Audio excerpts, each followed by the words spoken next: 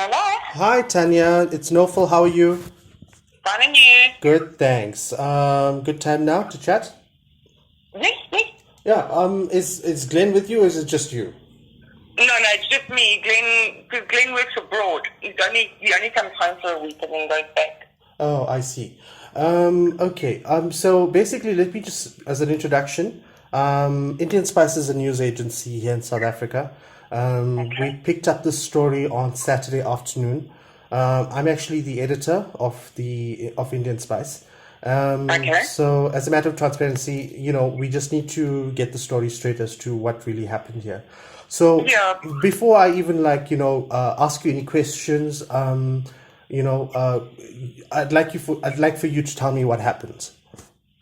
Okay. We've ordered KFC 3 times in 1 week. And Okay. every single time there's been a problem with our orders. Yeah. There's either stuff missing or we get stuff that we didn't even order. Yeah. So when we got home after getting our KFC, my son's meals weren't in there, Mm-hmm. and my husband he ordered the Zinger burger, and he got a kiddie burger. Okay. Then, sorry, I got flu. Okay. Sorry.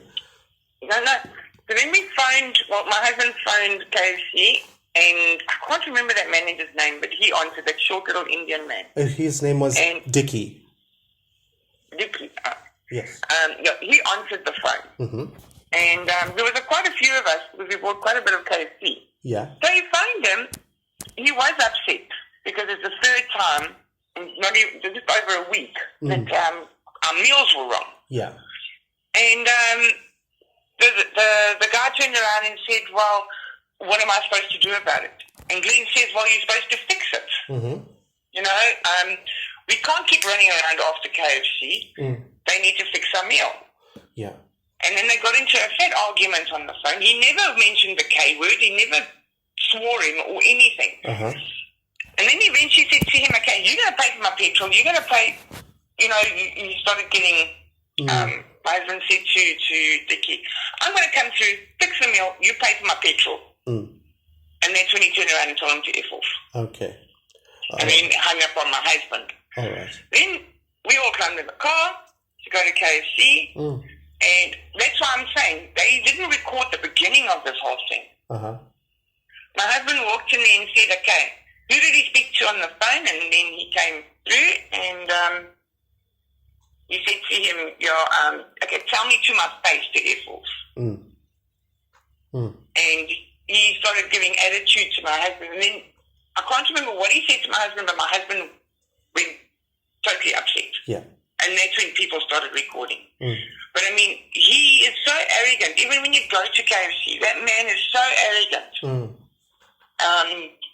You can ask anybody in Scottsboro about that guy. Because we've spoken to a lot of people, and everybody tells me his attitude to everybody. And yes, my husband was at fault, that he lost his temper. But I mean, anybody would lose their temper if somebody had to tell you on the phone to F off and to shove it up your arse.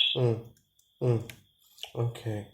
All right. So that's basically it. So I also see that in the video, patrons also started to have an argument with your husband, Glenn. So what happened then? Did Glenn speak to them afterwards outside? No, he left. He left. No, he left. So you didn't get your KFC order sorted out or anything? No, nothing. Nothing at all. No. Have you actually spoken to KFC customer complaints, or? No, I think it was on Facebook or something, to contact, because they were asking for us to contact them. Yes. Today. Okay. And I took a screen grab, but I didn't take a screen grab of their contact number, so I'm going to have to Google them. All right. To find out. But everybody saw the end result. They didn't see what actually transpired for my husband to get upset like this.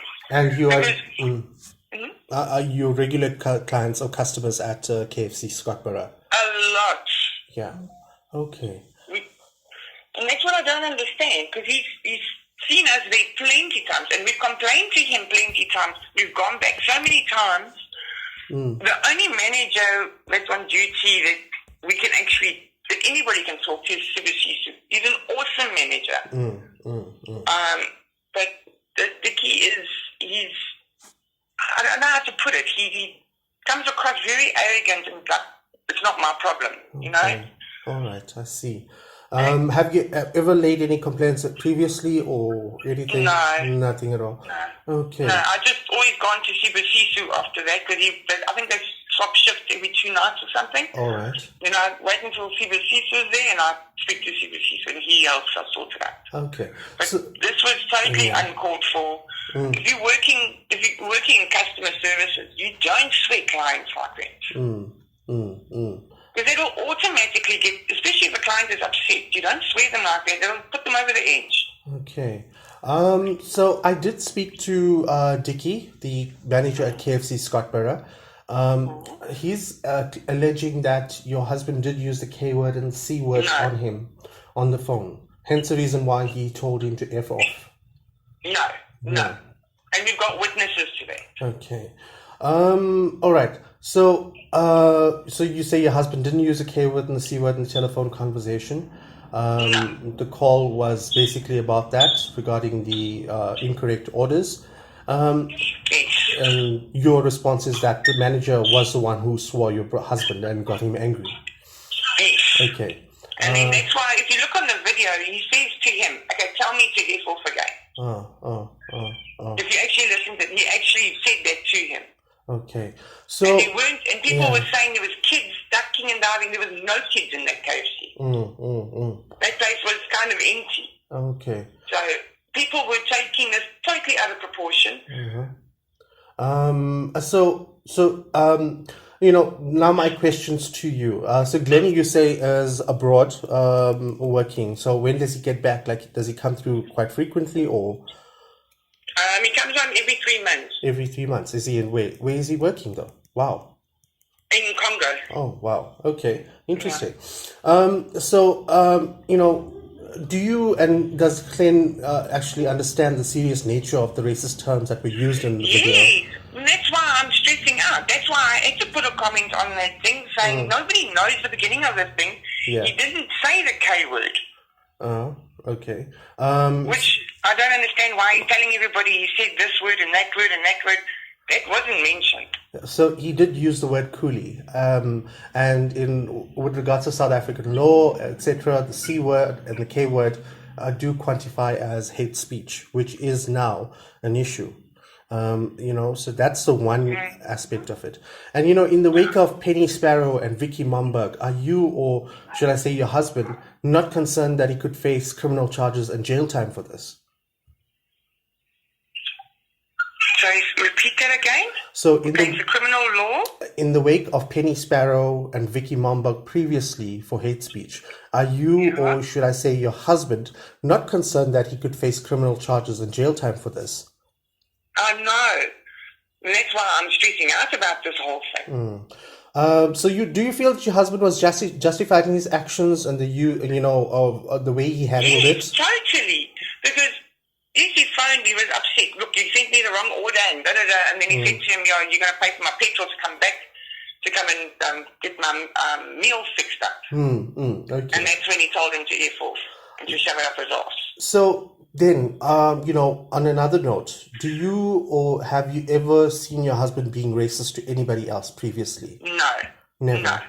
No. So you don't consider him to be a racist or anything? Not at all. My husband is not racist. No. Okay. So now he also said, do you, black people have no culture and that Indians have.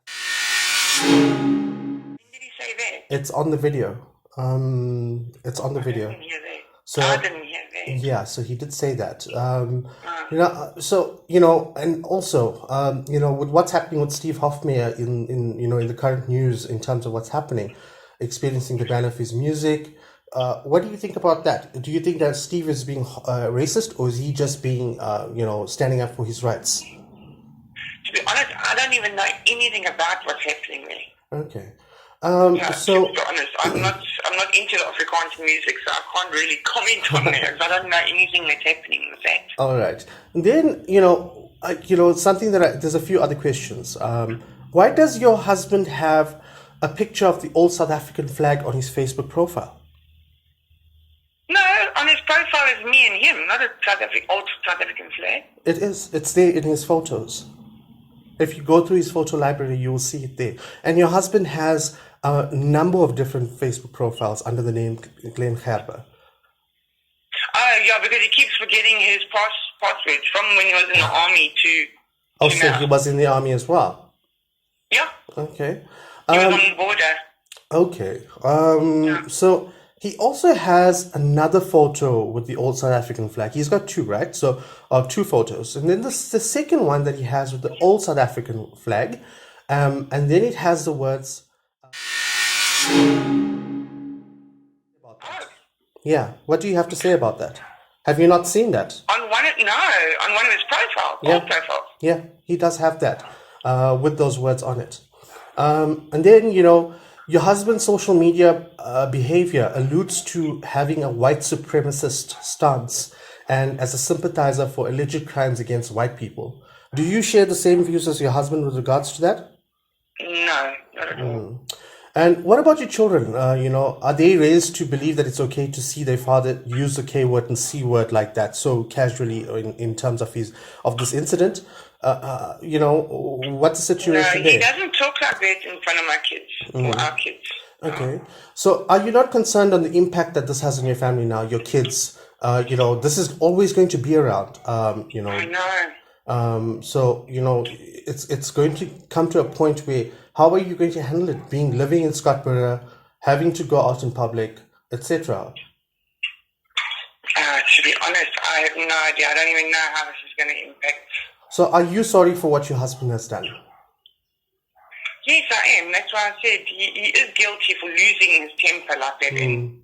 Have you spoken to him about it? Is he sorry about what he said? Yes, no, he is. It's stuff that just came up because he was so angry. He didn't think of what he was saying. Okay. But he felt that he was pushed to that point where he couldn't even think straight. Okay. So what are you and your husband intending to do now, apart from this now, with regards to it? I don't know. I don't know what to do because this thing's gone viral everywhere. And so he's away and he's going to come back. He's obviously going. So what was his kind of reaction afterwards when he got home the next day, etc., with regards to this? How did he handle this? How has it affected him? We were both stressed out about it. Yes, we understand that what he did, what he said was wrong there. Yeah. But it wasn't actually meant in the way it came out. He just said it because he didn't think. Okay. If I can put it that way, when he was angry. Would he be interested in speaking to me directly at some point? I'm happy to make a call to him at if it's possible. Just to get his side of the story, because obviously, the things that I've asked you now about the old South African flag, etc., you cannot comment too much about it. But I think it's a bit of a surprise to you to hear this from me as well. Because his profiles that I've got, they've all got photos of either his car or me and him or me and my son. Yeah. I haven't seen one with the old flag and saying what did you say? The K's must what? He's got the one with the South African flag. Oh my word. Yeah. And some of his photos allude to this white supremacy kind of stance, sympathizing with the loss of white people in the wars, etc. That was when he was in the army, though. It's not the current. If you go in there, you'll see that's like many years ago. Yeah, but it's there. Recent. But it is there. So that's what we've noticed on that. Okay, so I think I've got enough to actually write a story with regards to this here. And if you could maybe just keep me in the loop as to what happens with your call with KFC and how they're handling the matter, etc., I'd really appreciate it. We could just have both sides of the story. Okay. All right. I will do. I'll actually send you a copy of this conversation so you do have it, so you can share it with Glenn as well.